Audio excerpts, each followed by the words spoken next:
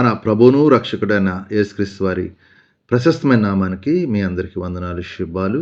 అందరూ బాగున్నారమ్మా? దేవాదేవుడు మరొక నూతన దినం దయచేసిన దేవాదేవునికి వందనాలు చెల్లించుకుంటూ ఈ దినపు వాగ్దానం ధ్యానించుకుని ప్రార్థన చేసుకుని మన పనులు ప్రారంభించుకుందాం. ఈ దినపు వాగ్దానం: నా సన్నిధిని కన్నీరు విడిచితివి గనుక నీ మనవిని నేను ఆలకించి తిని.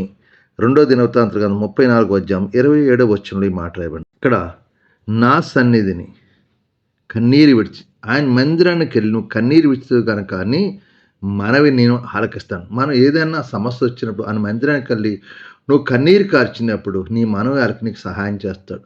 హిజ్కియాకి ఒక మరణకరమైన రోగం వచ్చినప్పుడు అతను దేవుని వైపు తిరిగి, గోడ తట్టు తిరిగి దేవునికి ప్రార్థన చేసినప్పుడు అతను ఆ మరణ బంధం తప్పిస్తాడు. దేవుడు తిరిగి 15 సంవత్సరాలు ఆయుష్ ఇస్తాడు.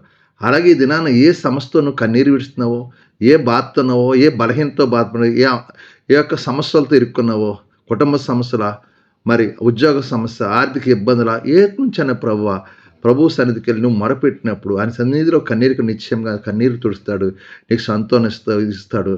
నీ మనవి ఆలకించి నీకున్న సమస్య నుంచి విడిపించి నేను గొప్ప చేయడం మొదలు పెడతాడు. కాబట్టి ఇది నాన్న వాగ్దానం సహోదరుడా సహోదరి, ఆయన సన్నిధిలో కన్నీరు విడుస్తూ కనుక నీ మనవి నేను ఆలకిస్తాను. ఎప్పుడైతే నువ్వు నీ తండ్రి దగ్గరికి నువ్వు కన్నీరు కార్చినప్పుడు నీ తండ్రి ఏం చేస్తాడు? నీకు సహాయం చేస్తాడు. పరమ తండ్రి కూడా అంతే. పరమ తండ్రి నువ్వు ఆయన సన్నిధికి కన్నీరు కార్చి, నా కుమారుడు నా మందిరానికి వచ్చి కన్నీరు కార్చాడుగా అతనికి సహాయం చేస్తానని ప్రభు తీర్మానం చేసుకున్నాడు. ఇది నాన్న నీ సమస్యను బట్టి మందిరానికి వెళ్ళి కన్నీరు కార్చు. ఆ కన్నీరుని చూసి దేవుడు నీ మనవి ఆలకించి నీ సమస్యల నుంచి విడిపించి దేవుడు నీకు సహాయం చేసిన గాక. ఈ వాగ్దానం ప్రార్థన చేయి. దేవుడు నిన్ను కుటుంబాన్ని బహుగా దీవించి ఆశ్రయించును గాక. ఆమేన్.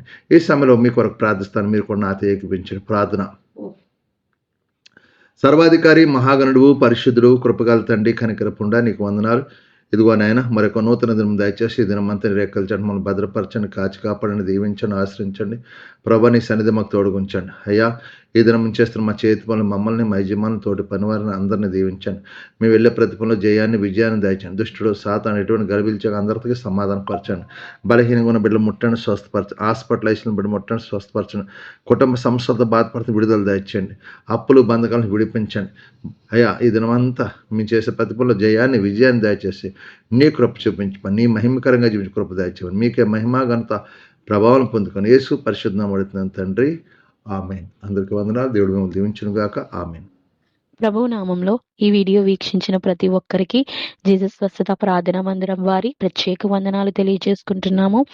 మరి ఇంకెన్నో సందేశాలు, వీడియోలు, సంఘ కార్యక్రమాలు మీకు అందుబాటులోకి రావడానికి పక్కనే ఉన్న సబ్స్క్రైబ్ బటన్ని ప్రెస్ చేసి బెల్ ఐకాన్ని కూడా ప్రెస్ చేయాల్సిందిగా కోరుకుంటున్నామండి.